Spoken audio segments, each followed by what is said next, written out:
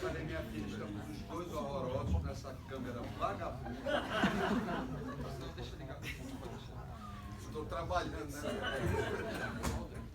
né? Está aqui, ter dirigido Sai de Baixo, um grande desafio, com esse elenco maravilhoso, mas as pessoas que ainda estão nessa mesa, isso, é um grande desafio tirar, né, sair do teatro para o cinema, assim como foi um desafio sair do teatro e ir para a TV.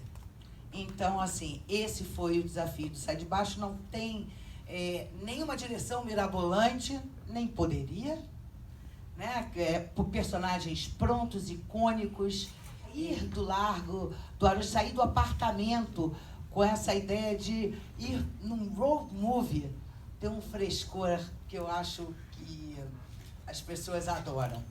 Então, assim, tá lançado, foi para o universo. Queria fazer, né? Acho que recuperar um personagem 17 anos depois do programa ter terminado foi um pouco complicado no início, mas imediatamente a gente pegou a mãe em brincadeira. Eu acho que o modus operandi do Sai de Baixo, que era... foi no terceiro programa, eu me lembro perfeitamente. Lá atrás, em 95, no terceiro programa, nós tivemos uma primeira briga porque achamos que o texto não rolava. E o Daniel Filho falou, não interessa, subam no palco e façam... como é que era? Alto, claro e brilhante. Subam lá e façam alto, claro e brilhante. E assim fizemos.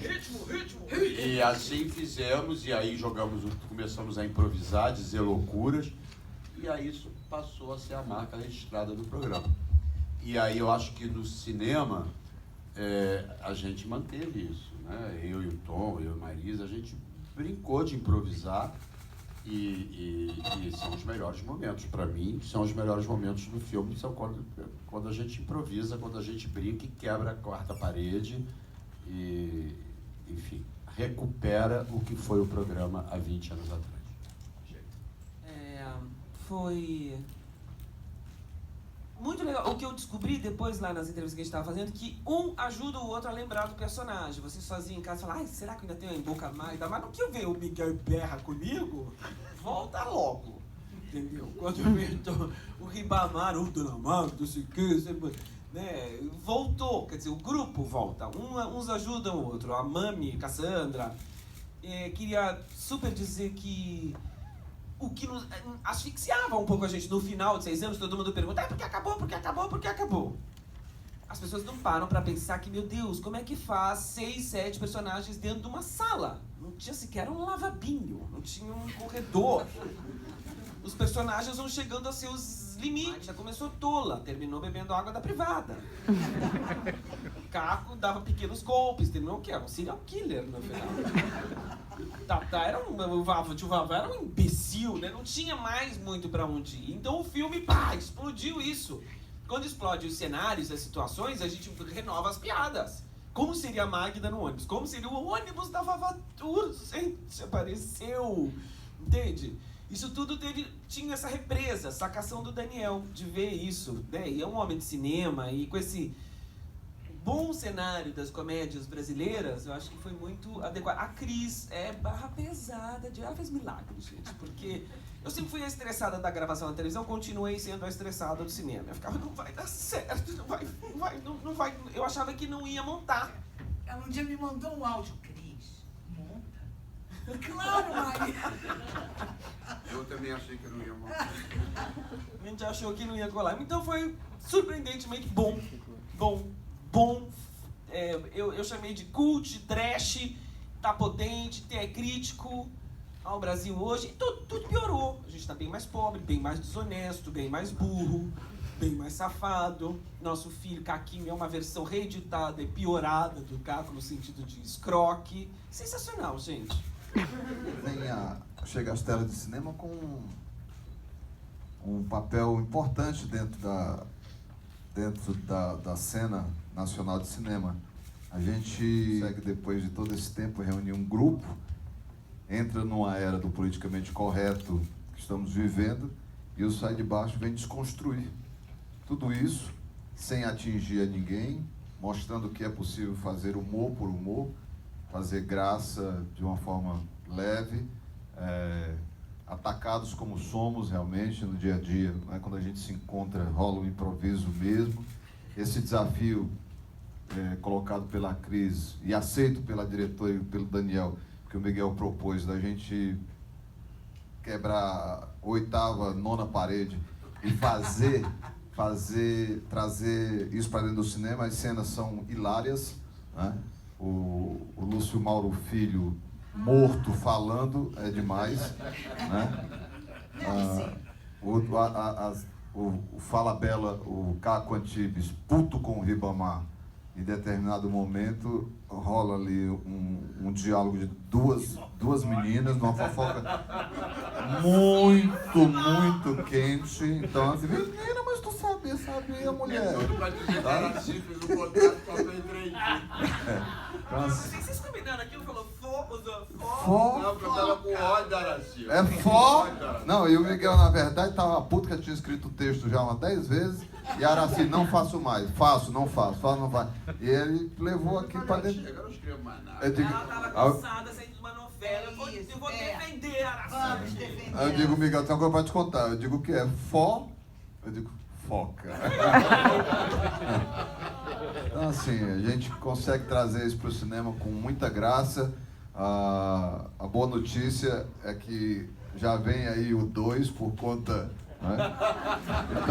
Então fica aí em primeira mão para vocês, segundo o nosso diretor Luiz Gustavo ali, né? É isso aí. 2 com certeza. Muito feliz, estou muito feliz. Que um programinha de merda, mal escrito pra cacete, fazia tanto sucesso. Eu nunca consegui entender. Porque tudo bem, craques no elenco, Tom, Miguel, Marisa. Cláudia, Cabrita. Nossa, só craque. Mas a verdade é que eu não sabia por quê.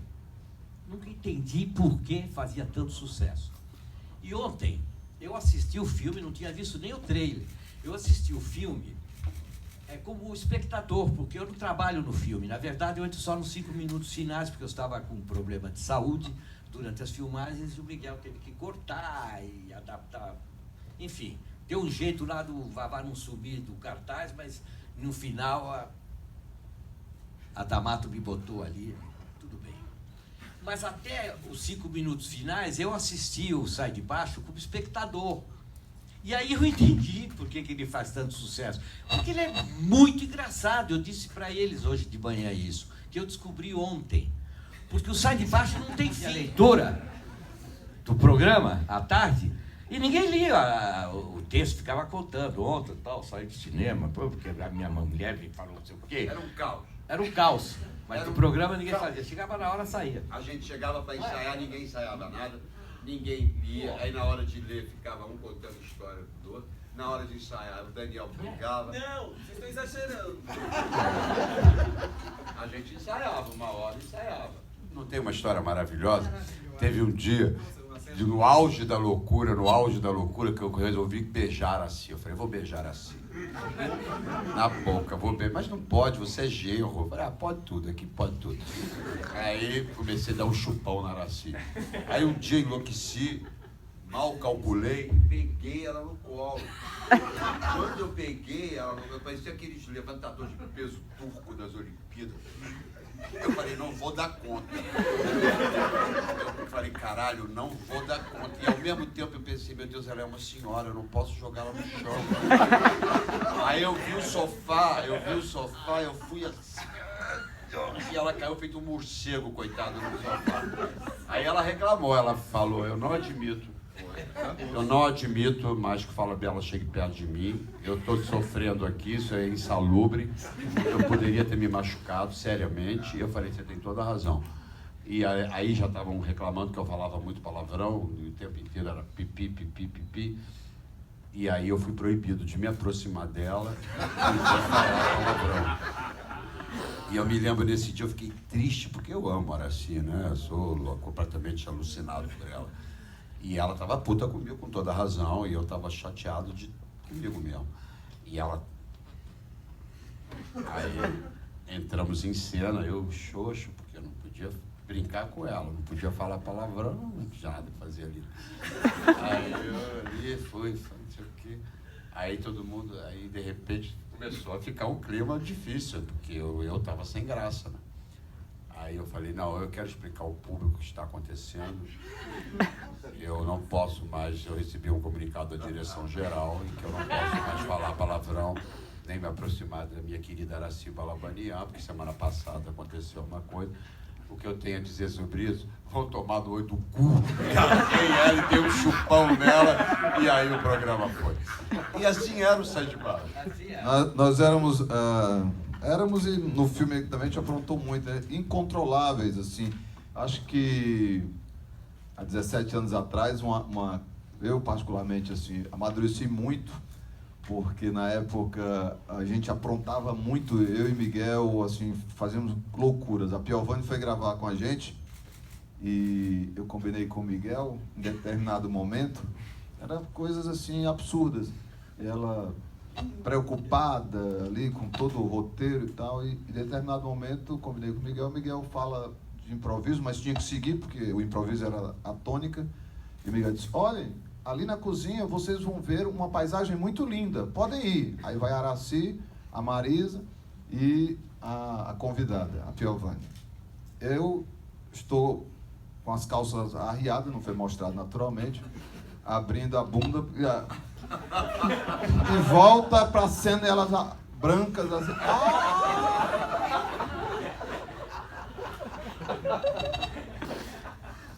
Então, assim, umas coisas loucas. Assim. Não, eu lembro que quando a Luana foi gravar começo de carreira dela, linda, estúpida, de bonita, a Márcia Cabrita falava assim, a pele dela.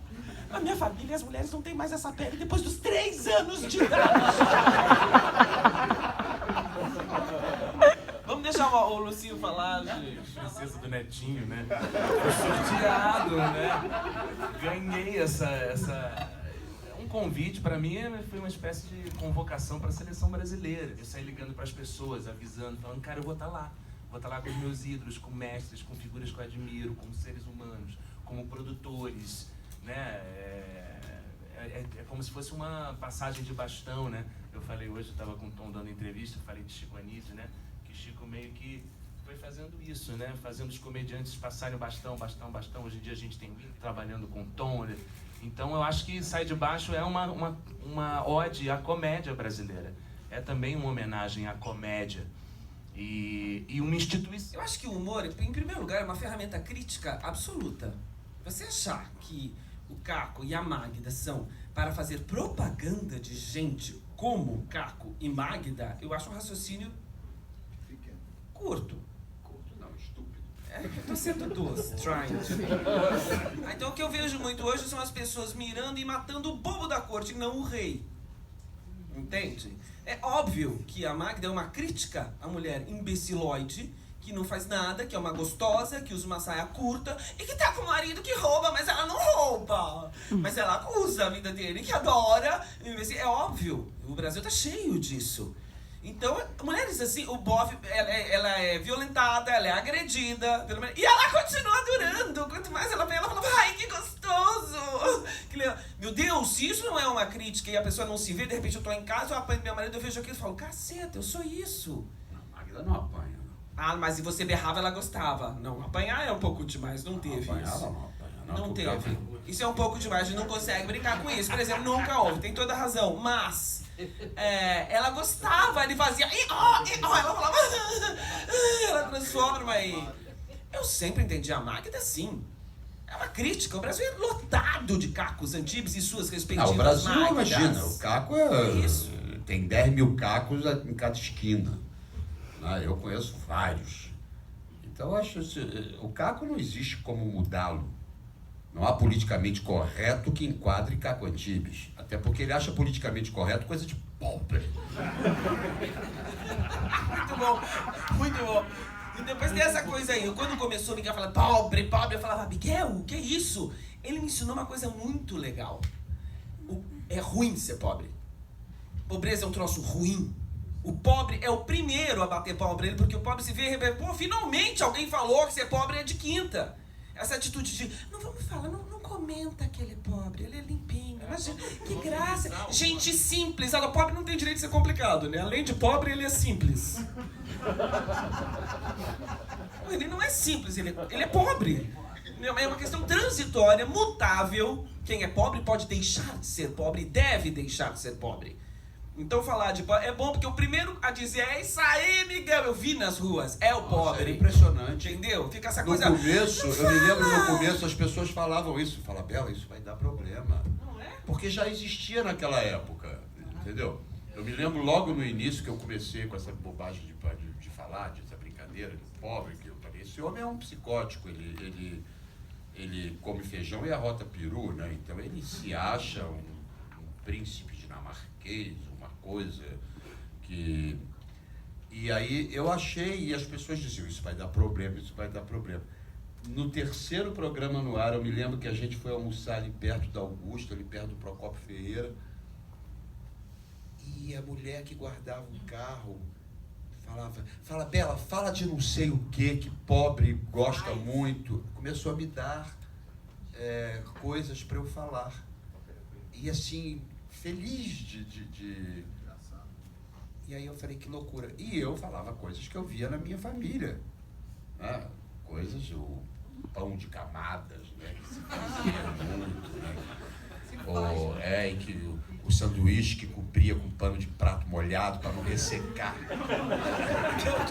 O Miguel tinha muito ódio, tem aquela bandeja coberta de papel laminado que o glacê do bolo borrava. Assim. Então, na verdade, eu acho que é a maneira de fazer também, né? Como eu falava de coisas que eu tinha vivido na minha infância, eu falava com afeto, havia uma costura de afeto dentro da patologia do Caco. Então eu acho que essa coisa do politicamente correto, a não ser coisas realmente estupro e assédios e não sei o quê, o resto... Que sempre foram horrorosas. Que sempre foram horrorosas e, enfim, e sempre foram denunciadas, na verdade, né? As pessoas aqui não ouviam, mas eu acho que o Caco existe, está aí. Ele tem raiva porque ele está preso na ala dos pobres, né? Na ala dos presos comuns, né? E não, né? Quando ali do lado tem desembargadores, governadores, tem presos ricos também, né? Ele queria ir para os presos ricos, tem até uma piscininha, né? E a falta de estudos não é para ser inteligente, para ter uma carreira, é para ter um lugar melhor na cadeia. Na cadeia, claro. O filho é tão ordinário quanto, né? O Caquinho é tão vagabundo quanto o pai. Então eu acho que o politicamente correto para o sair de baixo não pega mesmo. Esse entendimento por gente que vivenciou, né? Aqui não tem nenhum egrégio de berço de ouro. Todo mundo saiu de famílias classe média normal. Então, assim, nós seríamos os últimos a brincar com a coisa que nos atingiu, que nos afetou. Não. A gente cresceu, saímos de bairros pobres, Miguel lá da ilha, eu vindo do Ceará, um menino pobre puxando uma cachorrinha, enfim, e chupando gelo, achando que era vidro. E aí, essa nova geração não conhece esse establishment, não conhece esse posicionamento de humor como uma ferramenta para ajudar a ganhar a consciência. É exatamente isso que o Miguel e a Marisa colocaram. A gente vai brincar, sim. A gente vai falar para essa nova galera que está chegando para discutir, refletir sobre isso. Né? É aquela história, tudo se tornou ofensivo. Contra quem? Contra quê? Contra quem? Contra aqueles que foram pegos em erros, em falha. Que erros? Aqueles que nós cometemos também quando não somos observados. Então, sim, a gente está no jogo, sabe? É preciso levar essa boa nova, essa notícia de que nem tudo é ofensivo, como que para justificar uma necessidade que a gente tem de contestar. Não. As coisas podem ser mais leves, podem haver uma relação... É a maneira como se diz. Como se fala. Né? Se você diz... Se você está retratando um psicótico, como é o caso do Caco, mas se você faz com afeto e com verdade, com humanidade, se transforma aquele personagem em um ser humano, as pessoas compram e as pessoas entendem. e não se sentem ofendidas. Nunca se sentiram comigo, nunca teve nenhum problema. Você já se aplicou antes de vir, né?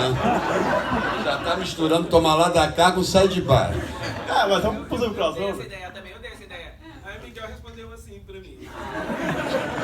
Esse bagulho foi sinistro, hein, Marisa? Não, eu acho que... O que era mesmo? Porque na época que a gente fazia o programa não existia cinema no Brasil ainda. Ainda não tinha cinema no Brasil, nos anos 90.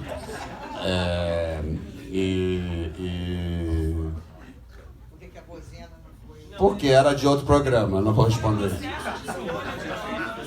Não, a Cláudia Gimenez falou pra mim, quando a Márcia Cabrita desencarnou, ela falou, agora eu vou ter que fazer, né, Marcinha se foi. Eu falei, tá bom, escrevi pra ela, pra variar, tudo que ela diz não se escreve, ela desistiu.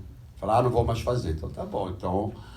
Aí a Cacau Protásio, que é maravilhosa, eu falei, bom, eu já tinha...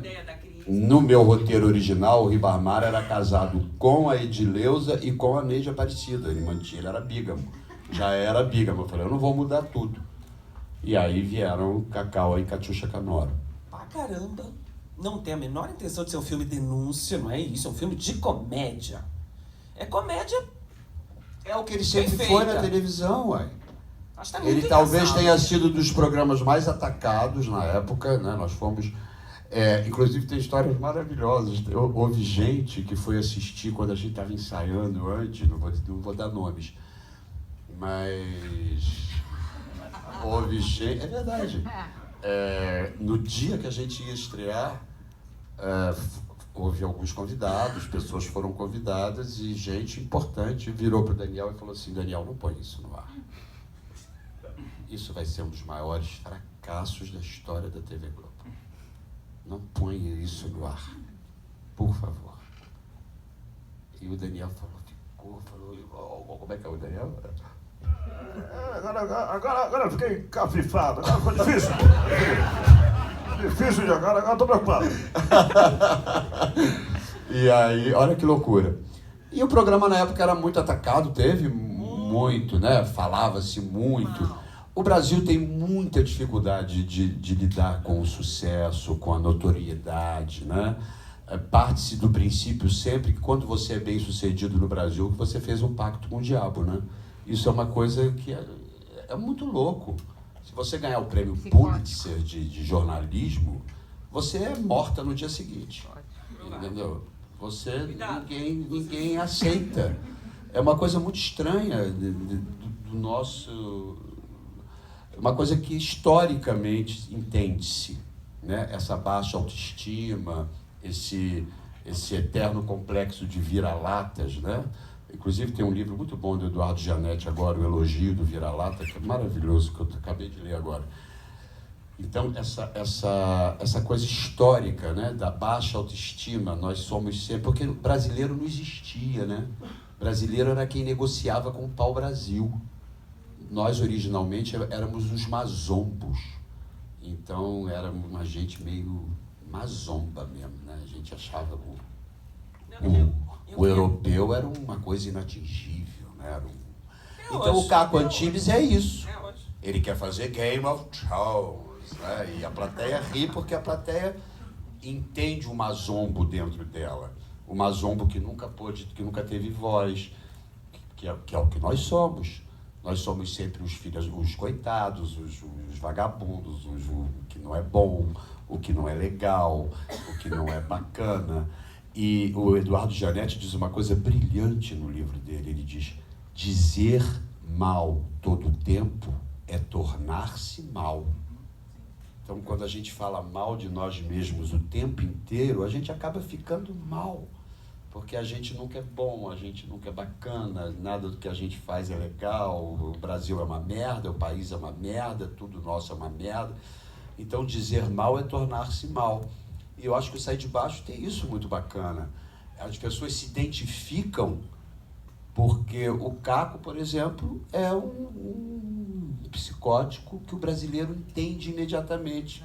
Porque ele é o cara que não quer ser brasileiro, eu não quero ser isso, eu sou louro, eu sou nórdico, Eu sou um príncipe dinamarquês, ele acha que fala inglês. É um bosta, né? Como feijão é a rota peru. Então eu acho que isso é muito... Isso entende-se qual é a conexão que o Sai de Baixo faz com o público. E continua fazendo. Pode vir politicamente correto, pode vir o que vier. O Sai de Baixo continuará, porque ele intrinsecamente fala com o seu público. Ela estampa que ela só ia fazer 3 dias. Eu falei, mas ela fez um contrato que ela só vai gravar 3 dias? Eu não acredito nisso. Aí a gente estava reclamando no camarim. Fomos para o ônibus, a Cris começou, vamos... Ação! Ação! Eu falei, temos uma coisa para te falar, uma fofoca. Ele falou, fofoca. E aí pronto, aí a cena já aconteceu. E aí ficou todo mundo assim, que isso? Não é o texto, não, estamos improvisando. Não, na verdade, assim, eu acho que o mais bacana do improviso é que, na verdade, tem o texto ali, né? O texto está ali embaixo, a marca está ali, e do nada eles saem falando de outros assuntos. E que você não tem como cortar, porque é tão bom de ver. Eu falei assim, gente, eu era uma fã de Sai de Baixo, né? E aquilo era o que me chamava muito a atenção. Eu falei, gente, como é que eles conseguem? Depois eles voltam para o texto naturalmente, né? E isso era o frescor do Sai de Baixo. E é isso que a gente quis mostrar de novo nas telas do cinema. Tem uma história maravilhosa, tenho que contar essa história. Um dia a gente estava gravando o programa e tinha na primeira fila um bando de véia, assim. Aí eu falei, Anitta, que era a produtora. Anitta, eram quadros, né? Primeiro ato, segundo ato, sei lá, fechava a cortina, né? Blocos. Aí fechou a cortina. Eu falei, Anitta, tem umas velhas ali na primeira fila fazendo cara feia, tira essas velhas. Eu não vou voltar para gravar com essas velhas na primeira fila fazendo cara feia, que eu não tô aqui para isso. Aí abriu, as velhas tinham sumido. Aí estamos gravando, daqui a pouco o cara assim falou assim, ué, engraçado, as minhas irmãs estavam aqui.